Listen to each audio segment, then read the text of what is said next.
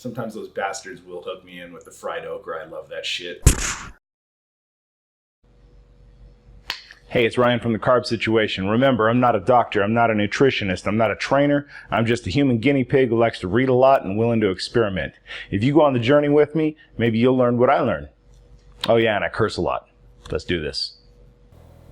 Hey, how's it going? Today I want to talk to you about traveling while on a keto, low-carb diet.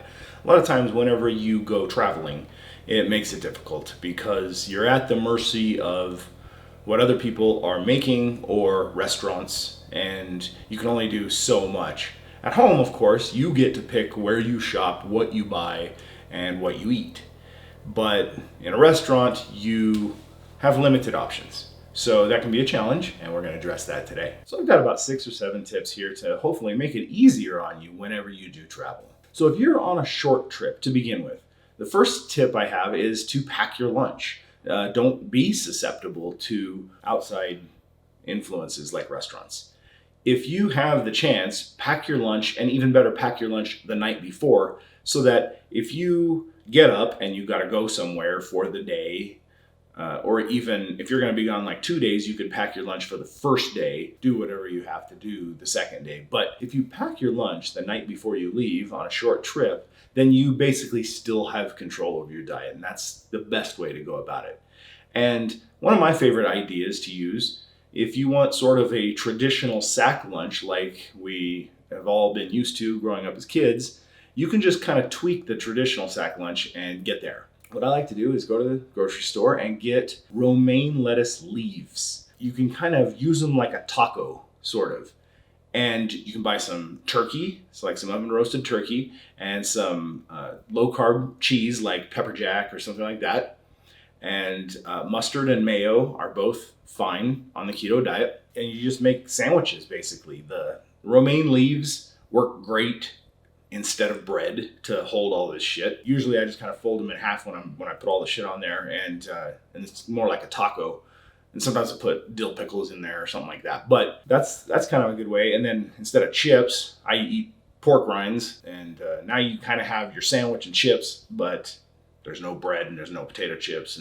So that's one way to get a traditional sack lunch. So that's the first tip, is to pack your lunch. If you want, you can also find a keto-friendly recipe, make something, and then pack it up to either be reheated, or if it doesn't need reheated, even better, and take that. It doesn't have to be the traditional sack lunch. Now, if you're going on a longer trip and you have to eat out, there are some pretty good tips I have for you. When I have to eat out on the road, I always look for either steakhouses, usually steakhouses, or barbecue joints. So let's talk about steakhouses first. Get the vegetables, of course, no potatoes, and do a salad. Blue cheese is usually a pretty good dressing to use on salad. I like vinaigrettes as well. Once you have a salad with blue cheese and a fat steak and some, broccoli and zucchini, whatever comes with it, you're in pretty good shape there. That's decent as far as restaurants go. Obviously, don't have the bread, don't have any dessert, and you'll be in pretty good shape. That's honestly my go-to meal most of the time. I'd say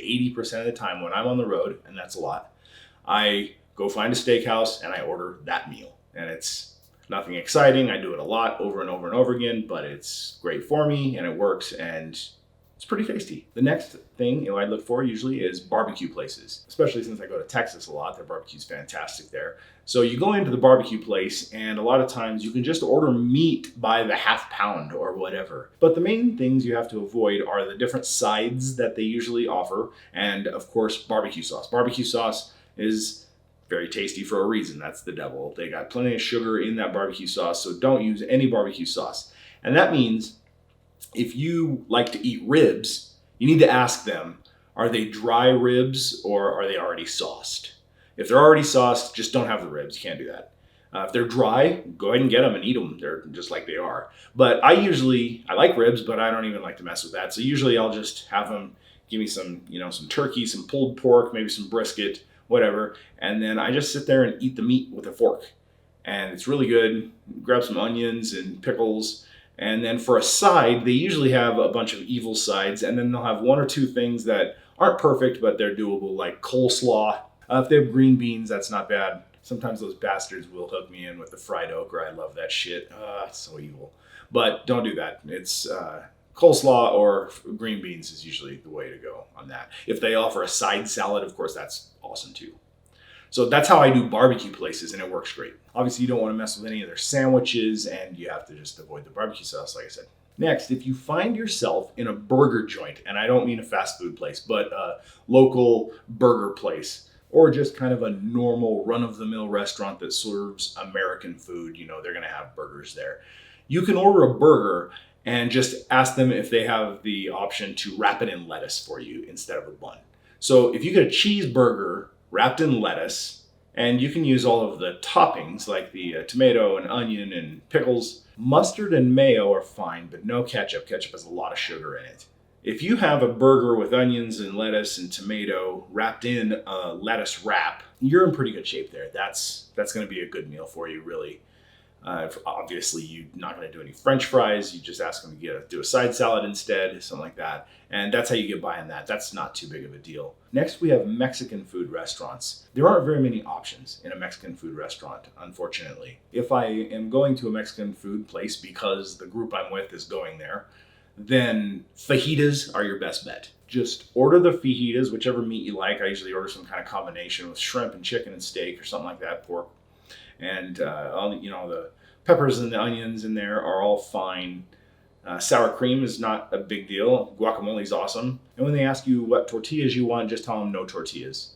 And then a lot of times the fajitas will come with rice and beans. You don't need either of those things. Just you can tell them I don't need that, or if they come, just don't eat it. But if you just sit there with a fork and eat all that meat and sauteed onions and peppers, it's very tasty usually, and still pretty low carb. It's fantastic for you. So that's how you handle Mexican food restaurants. Another one of my sob stories is Asian food. I'm a big fan of Asian food. As a youngster, I hit the Chinese buffets pretty hard. And I also like Japanese food. I love sushi, as long as it's the right kind of special rolls, and I like doing that kind of thing. But there's always rice involved and sauces that there's really no way I've found to get through an Asian restaurant, unfortunately. I have found myself in a Chinese buffet restaurant on a low-carb diet before, and the best I could pull off was maybe like go find the chicken on a stick, and as long as it's not slathered in teriyaki sauce, because that's got a lot of sugar in it, eat a bunch of those, find the little salad area.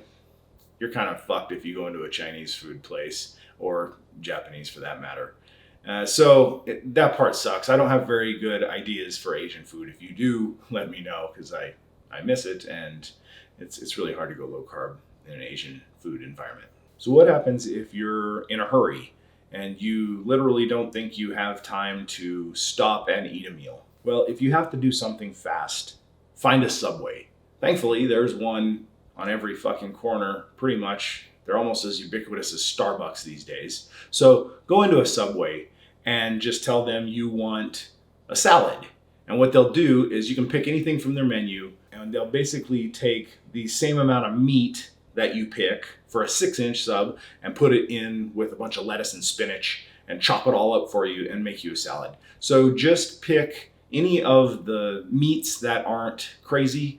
Like you can do a Subway club or roasted chicken. Don't do like teriyaki chicken where it's got a bunch of sauce in it. Don't do meatball, of course. That'd probably be weird anyway. There's some you just know that meat is not low carb friendly. Find the type of meat that you like and have them make a salad out of it. I even sometimes say I want a salad with, say, Subway club and double meat, and they'll put even more meat in the salad, and that's pretty cool. And then don't do anything stupid with the dressing or the sauces. I usually just have a little bit of their vinaigrette or oil and vinegar or something like that. And they'll probably throw crackers and croutons and shit at you. Just tell them you don't need it.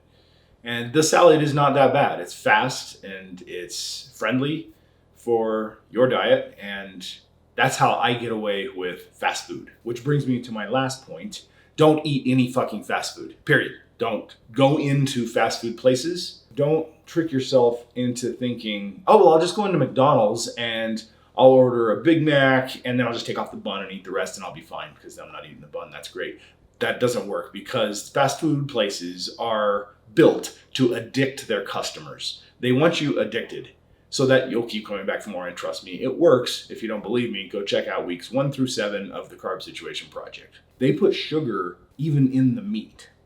And that's not talking about the condiments that are going to go on there and all the different things that they're going to do. Okay, all the food in there is toxic for you. And I don't mean to get on a pedestal and be such a dick about this, but seriously, fast food is horrible for you. That's why I use it as the main vehicle for my weight gain, to show everyone what happens when you eat like shit.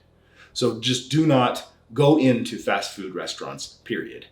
They're bad for you. And that's why I gave Subway as the example. Yes, it's a fast food restaurant, but it's the lesser of all evils. All of the traditional burger joints, they're bad for you. You can't do that. If it turns out you do eat some fast food, now we're on damage control. It's not the end of the world. Beating yourself up won't help. So you just get back on your diet, good, and fix it, and it sets you back a tiny bit, and it's not that big a deal, and you move on from it. But what I'm saying is, do not delude your thinking into saying, I can just use some tweaks at Wendy's or Burger King and I can just eat there every day as long as I take the bun off. That it doesn't fucking work that way. Those places are bad. Don't go in there. And I'm repeating myself on purpose that those are the worst. So those are my tips on how I eat when I'm traveling, which is pretty frequently. I'll go through them for you really quick once again. If you have a short trip and you have the option, pack your lunch. You can get romaine leaves and make yourself a sandwich. You can eat pork rinds and have a sack lunch, or you can find a keto-friendly meal, make it, and take it with you. Next, if you are going to eat out, look for steakhouses first and get you a good old-fashioned steak, or like a grilled chicken salad, or fish, or any of those things. And make sure you eat with vegetables and not potatoes, no bread. You know all the rules.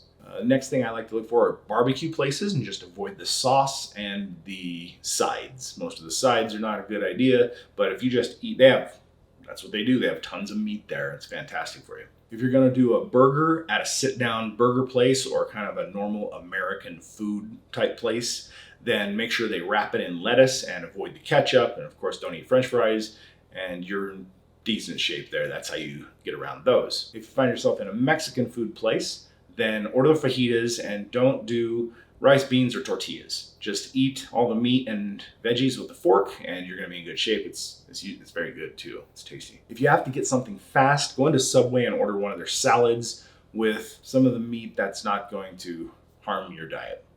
And take it easy on the dressing. That's a pretty good way to do that. And finally, don't eat any fast food. Just don't even go in there. Don't try to tweak the McDonald's menu to make it low carb. It doesn't work. Just make that simple, I don't go in there rule. All right, that's what I got for traveling and eating. Please leave me your questions and comments below. I really appreciate those. Until then, travel wisely. Cheers.